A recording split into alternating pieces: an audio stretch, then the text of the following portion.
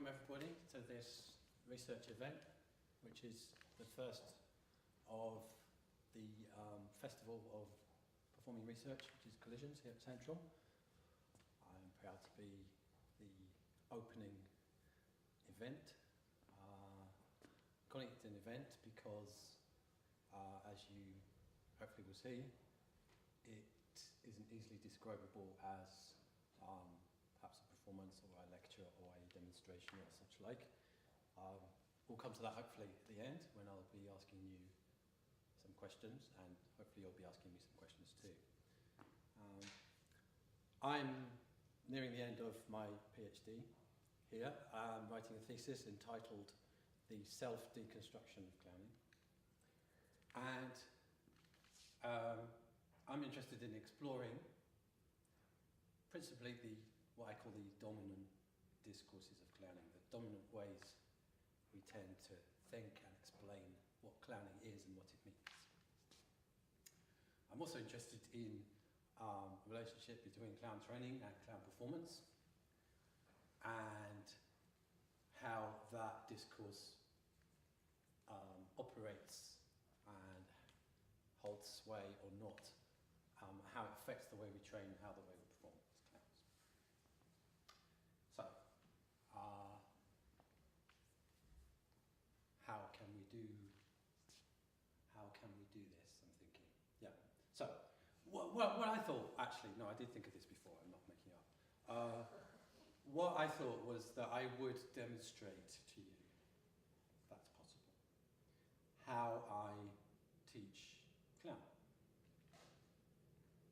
I've got half an hour, a bit more, so I think it's possible to demonstrate one little vital piece of what I consider to be vital. It's vital to me. In the way I teach clown, and that will relate to how I want to look at how the way we understand clown relates to how we can perform it. Anyway, so basically this will take the form of me explaining to you, demonstrating to you how I teach this part of clown. First of all, when I teach clown, I have some clown students. Otherwise I couldn't teach anyone. You are not my clown students, so breathe out. You are here, hopefully, to tell me later, to reflect on whether what I'm hypothesizing, which I won't tell you for the moment, whether what I am hypothesizing could indeed be the case or not. So you are, let's call you, I don't know, participants in a research event of the spectating variety, perhaps. And I am the researcher in a research event of the explaining variety. So, how am I going to demonstrate to you? Well, so I'm going to demonstrate to you how I teach one particular exercise, which comes from a kind of classic line of exercises where the emphasis is on how the performing student, relates to and responds to the audience, specifically their laughter. So, how am I going to explain this? I'm not going to talk about it. I'm going to show you how to do it. Of course, you may laugh when funny things happen, when there is clowning happening. How are the clowning? But that's by the by, because if you haven't been to a clown workshop, but I know many of you have, or some of you indeed teach, the students who are doing an exercise, I could say are the performing students, and those who are not are observing, being an audience. And they are asked to laugh or not laugh. Asked to, the implication is, will you laugh, will you not? Of course, you're going to be performing that role, but as you're not students, you're not going to be doing the exercise. It's a whole different set of relationships.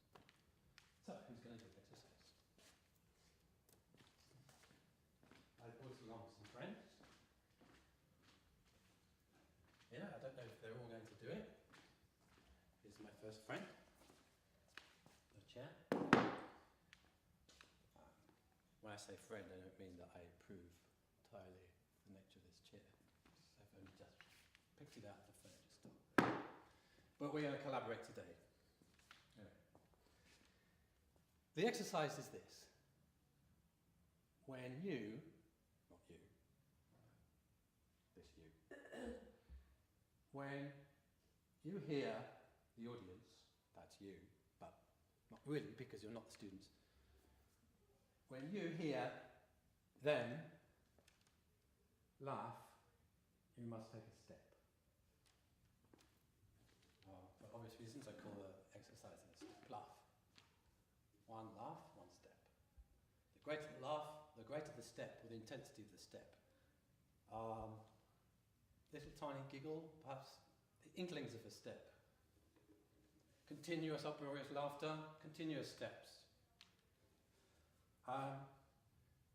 So you, now it's your turn. So that would be me talking to the clown student. It's your turn and you're going to do the exercise. Yeah?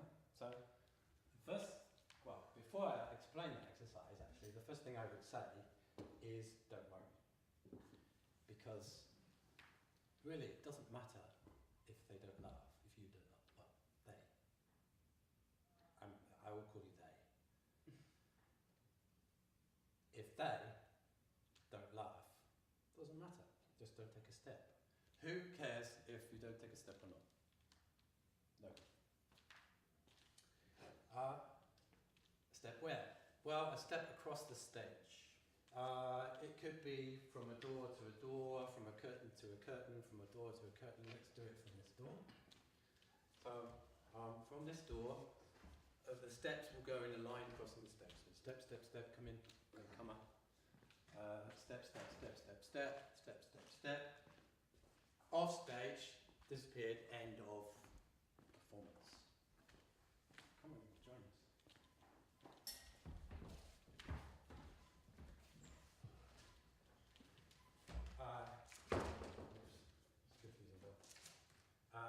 Start from outside, off stage, let's say. Yeah? Now, in order to come on stage, what you have to do, remember this, I need to show you how I teach. So I need to call you you, but you are they. So apologies for the confusion. You, when you do this exercise, can only take the first step, that is, step into the performing space when you hear the first laugh. Yeah? Okay? So, you can look, you can put your head in, you can open the door, can't step on stage. Yeah? I should have said that when the chair is in the room. It's a chair. It doesn't need the explanation. Okay, so, got that? Yeah? First laugh, you can come in.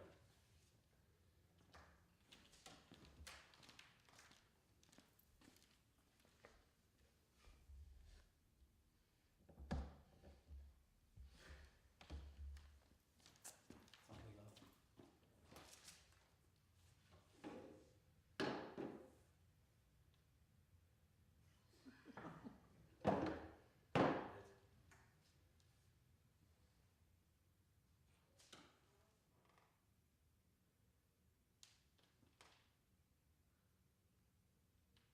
That's quite a long time with no laugh. You can feel. I might say, can you feel that? Might be. That time, how long was that, I might ask? Or I might just say, I think that was about 6 seconds when I started becoming uncomfortable. I might say, 6 seconds is like a breath cycle. It might not be necessary to say that. But it's a way of describing with a model from, now where would that be from? I don't know. The 6-second breath cycle. I can't remember where I've kind of plucked that from. From yoga practice, from singing, I don't know. Experience me, tell us later. 6 seconds, we'll say then, is the time limit. 6 seconds of silence. Not only do you not take a step, you take a step back. Okay? So, back. Now only taken one step in, so you go out again. So let's start again. So we've got laughter, step forward, silence, 6 seconds, step back. Yeah? No? As I say, it doesn't matter, don't worry. Don't worry about which direction. No, it's like time. Forwards, backwards, it's the same. No? A to B, B to A. Right, okay, are we ready? Of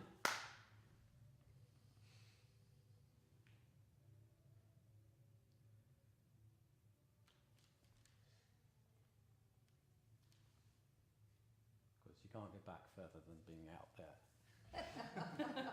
Good! Yeah, another one.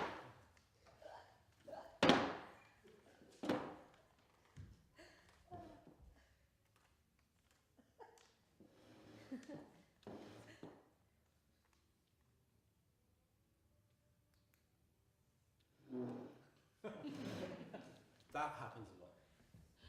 So we're not going to do the whole exercise. It's not actually a class, as I said, but so I can summarise some things which I know already. I think I know. Silence, step back, laughter. One version of what many of us clown teachers, some of us call a flop. Flop is when you fail to convince, fail to be believable, fail to carry the audience with you, and the audience fail to say, yes, stay, and instead say, please leave. In this case, I've mapped out the stay, leave in the exercise. Yeah? Admitting you failed to convince us means you leave. This admission means you've convinced us of what? Question. I'll leave that one for you.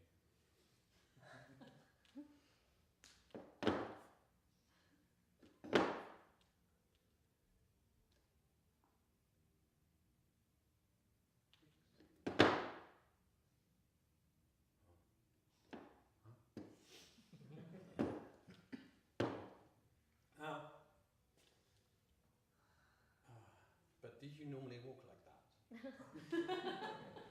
No. Everyone knows when you're going somewhere, you face in the direction you're going. Actually, a lot of clown classes are about lessening in normality. It's a favourite concept of mine that I wish to impart to my students. Normality, in a sense, is if no one was watching you, and you wanted to achieve an object which was, get over there, you'd look where you're going, generally. Because if you don't look where you're going, boom, you don't want that. In a clown class. Good. You don't have to participate. Really, please step back. Observe. Don't be drawn in.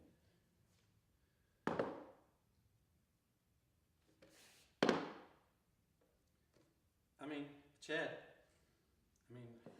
I'd say that's forwards. But how do I know?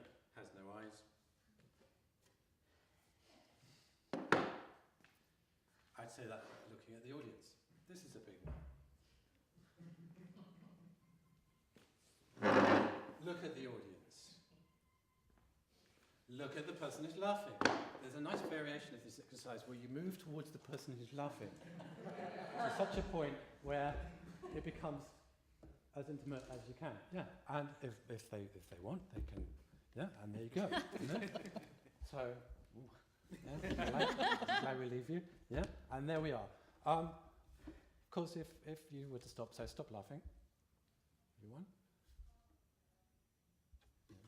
Take a step back. Yeah. I don't know if I'd call this intuitive. I don't know if it's universal. but I think it's something that's easy to understand. Ah, okay. How do we know that this laughter means this? Yes, intimacy. Okay. No, you don't want me. That's another good question. No, I'm not gonna say it's this, but it's a question to ask when we're thinking about what does clowning mean? What does it mean that you laugh and I approach? What does it mean when you stop laughing? And someone else is approached. What does it mean?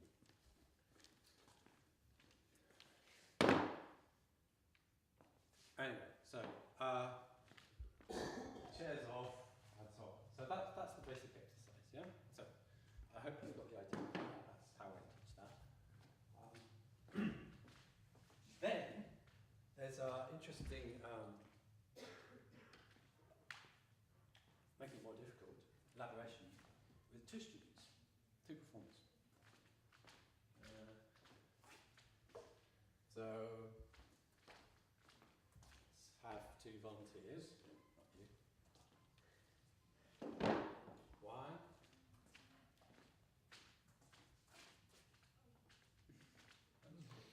Hello? So we just told it was free. No, it's not very nice.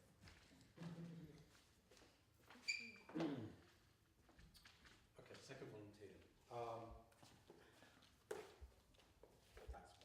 That's one student, yeah? We can accept that. Right, so when you've got two, and there's two of you, so now I want you to, it's the same structure as before.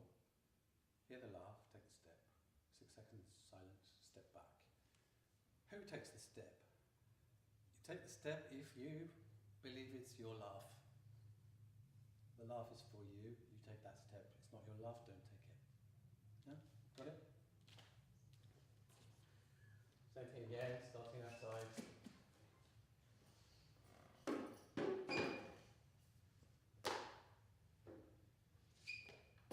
So you can have the door open.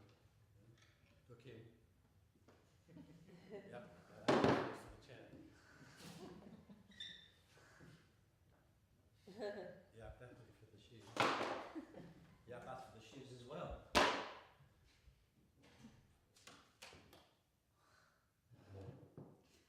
Ah, see leapfrog. Look at the audience. The audience too. Ah, there's another little thing here that's nice. You can look at each other. Good, that's both of them. Should be on the floor. Clowns are usually on. No, stupid comment. I didn't say. Clowns are usually on the floor. No, that's not part of my answer. Ah, who's that for? You can have that one.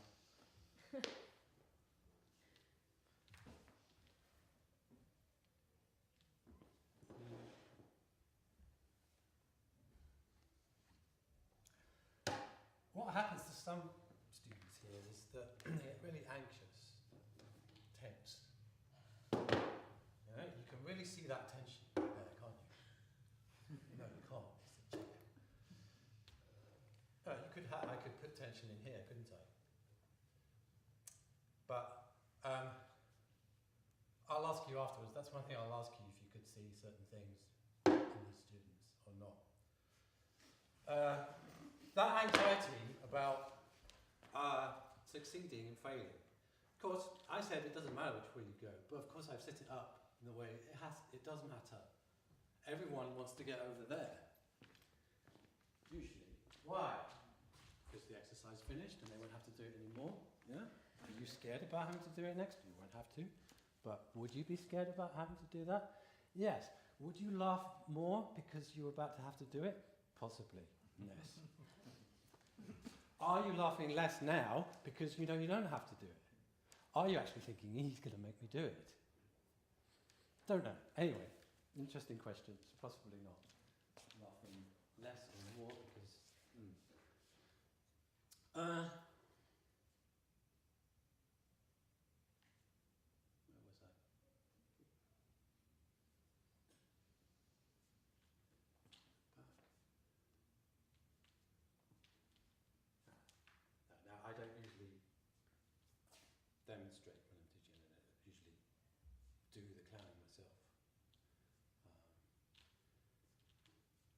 But in explaining, inevitably, something of the pleasure of this exercise comes across sometimes. Anyway, yes, the fear of not succeeding. Of course, what do you want if you were them? I don't know, I'll ask you that afterwards. I want, when I'm here, that chair, or those shoes, or both, here. I don't want them out there. I don't want them over there, finished. I want the show. So, don't try and get off quickly. Don't despair when you're out there. The aim is to be here. But I think that fear and tension, which you could see, is interesting.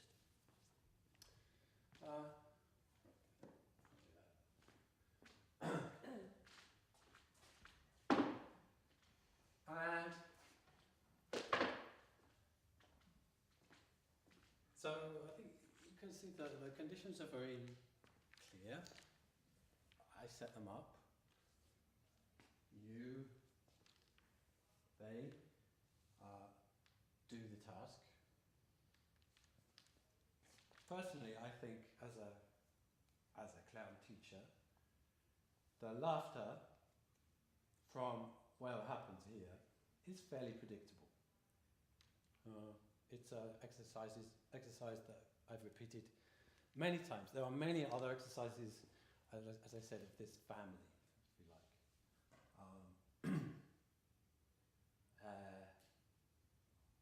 Which basically are about continuing to perform when the laughter happens and giving up when it doesn't.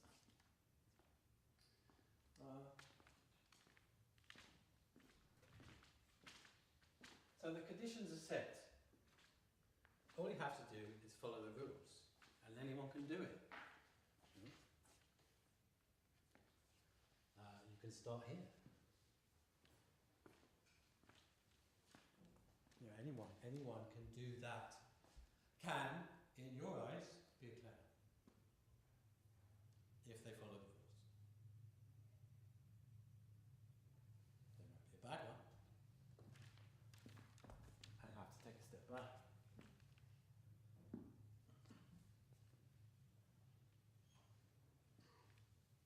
Very bad. Now the step is from the table to the centre of the stage.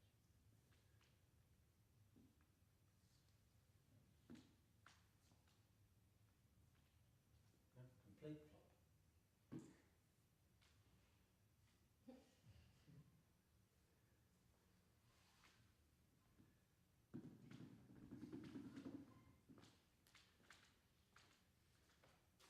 Just a bad clown.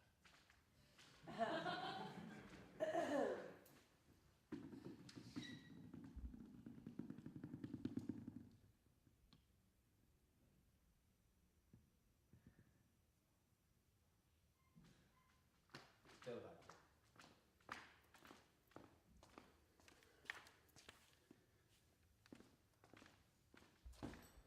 Guilt.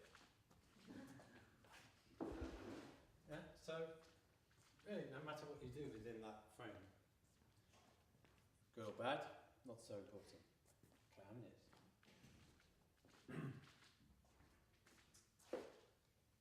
There's yeah, so anyone can do it. Anyone can. People like to say, oh, that person is a natural clown. Some people like got a funny face or a funny way of moving. Just there's something funny about them. So maybe, but you know, there's some things are inherently funny, apparently, and that's why they work better. But it doesn't matter, because if you're not funny, you just get off. So here's a, I don't know, is it funny or not? I don't know. I don't really care. So the glass of water, next volunteer. Okay, me.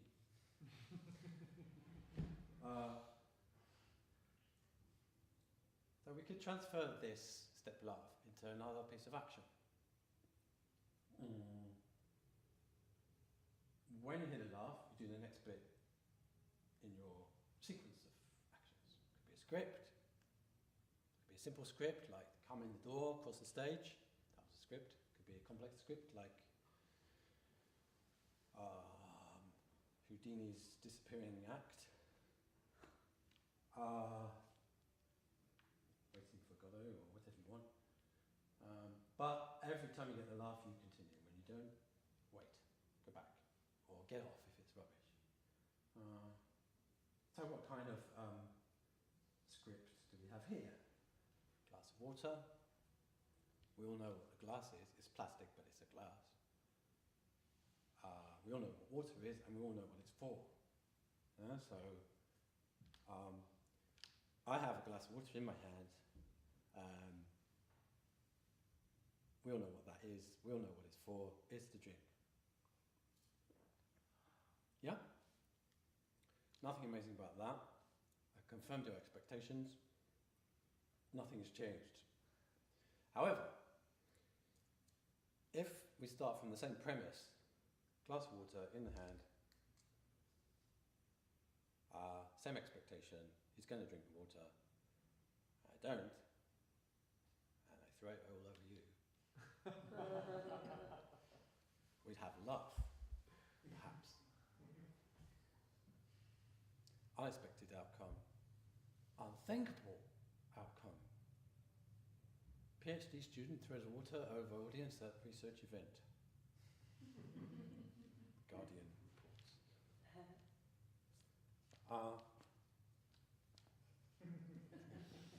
Just plain. So unexpected, unthinkable, but actually it's not unthinkable in the sense that this couldn't happen. Not unthinkable in the sense that a flying saucer suddenly landed and snatched the glass of water from my hands and disappeared. That's fairly unthinkable, impossible at the moment. But it's unthinkable in terms of it's socially prohibited, this event. Yeah. Clown class, I'm not so sure. Clown performance, maybe different. Yeah.